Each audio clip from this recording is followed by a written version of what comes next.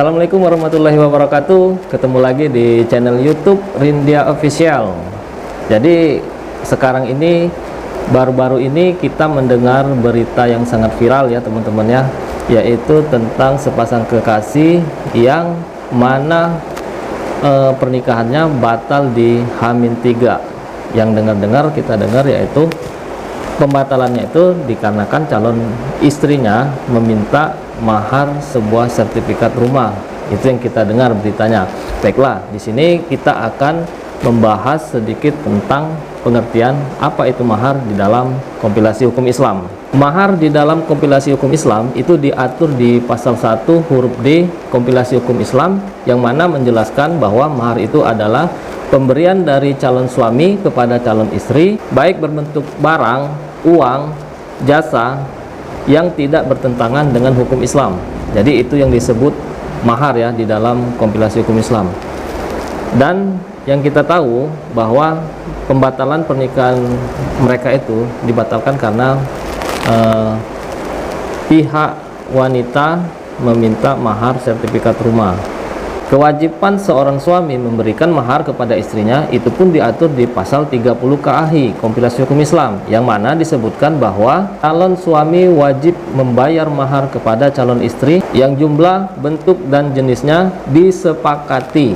Ingat ya, disepakati oleh kedua belah pihak. Nah, di sini mari kita bahas masalah kedua belah pihak ini, antara si calon mempelai laki-laki dan calon mempelai wanita, yang mana sebelumnya telah terjadi pembahasan. Menurut berita yang saya dengar, mereka telah terjadi pembahasan tentang mahar yang akan diberikan oleh pihak suami, yaitu tentang sertifikat rumah. Jadi calon istri menanyakan kembali kepada calon suami tentang pembahasan sebelumnya, yang mana calon suami itu ada omongan bahwa akan memberikan mahar satu buah rumah yang bersertifikat ya. Nah, jadi calon istri sebelumnya menanyakan kembali apakah ada baiknya bahwa sertifikat rumah itu dicantumkan di dalam maharnya. Nah, di sini yang berita yang saya dengar antara dua belah pihak memang ada komunikasi yang tidak baik antara pihak keluarganya, di antara keluarga laki-laki dan ada keluarga perempuan. Seharusnya di dalam pernikahan itu dijalinlah satu hubungan, bukan hanya kedua mempelainya saja, tapi harus diikut sertakan kita menjalin hubungan baik antara keluarga laki-laki dan keluarga perempuannya juga. Itu yang saya dengar di berita yang beredar ya, bahwa tidak ada hubungan baik antara kedua belah pihak keluarga. Dan jadi mereka berdua ini mencoba untuk menyatukan agar hubungan keluarga mereka menjadi baik, tetapi tidak berhasil.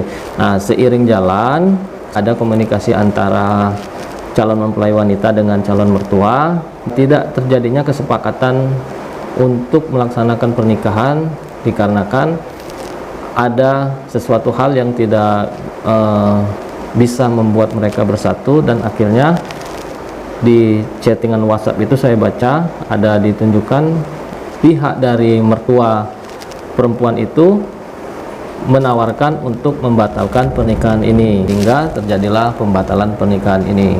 Kita yang beredar bahwa mempelai wanita membatalkan pernikahan karena permintaan sertifikat rumahnya tidak dikabulkan. Nah, jadi menurut saya untuk masalah ini memang sebenarnya bukan dari sertifikat rumahnya saja, tapi ada hal-hal yang tidak bisa membuat mereka bersatu. Dan saya setuju sebenarnya dengan pendapatnya dari pihak mempelai wanita mengambil keputusan untuk membatalkan pernikahan ini, karena ini ada baiknya untuk ke depannya, karena sudah tidak terjalin lagi hubungan yang baik antara kedua keluarga ini. Terbukti dengan mereka yang akan mengadakan acara pernikahannya, resepsinya di rumah mempelai laki-laki, yang mana seharusnya diadakan di pihak wanita. Dan di sini juga kita dengar kabar bahwa dari pihak laki-laki juga tidak mencoba untuk mengadakan lamaran kepada orang tua wanita di situ. Dan ini saya jujur saja respect kepada keputusan calon mempelai wanita yang membatalkan pernikahan ini. Saya mendukung atas keputusan tersebut, dan saya sangat setuju atas keputusan yang diambil oleh calon mempelai wanita, karena ini kebaikan untuk dia dan keluarganya. Dia tidak mau keluarganya tersakiti gara-gara pernikahan yang akan dilangsungkannya ini. Di sini timbul pertanyaan, bolehkah seorang istri, calon istri, meminta mahar sertifikat rumah kepada calon suaminya? Nah, kita kembali lagi ke pasal 30 KAHI. Selama ada kesepakatan antara calon istri, calon suami dan calon istri tersebut bahwa sertifikat rumah tersebut akan dijadikan mahar dalam pernikahan, itu sah-sah saja, tidak ada larangannya.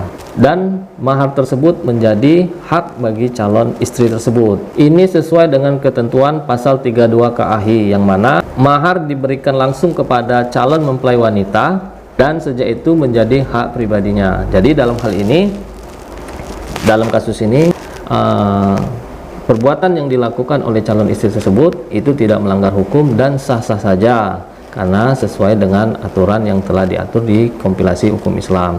Jadi mungkin keputusan yang diambil dari calon mempelai wanita itu tepat bagi dia, karena dia sudah memprediksikan ke depannya bakal bagaimana, dan dia tahu keadaan keluarganya bagaimana, hubungan mereka bagaimana, sehingga dia bisa mengambil keputusan H-3 tersebut dibatalkan atas pernikahan ini. Oke, mungkin ini aja yang saya sampaikan, dan jujur saya sangat setuju dengan keputusan yang diambil oleh calon mempelai wanita tersebut. Semoga nanti kedua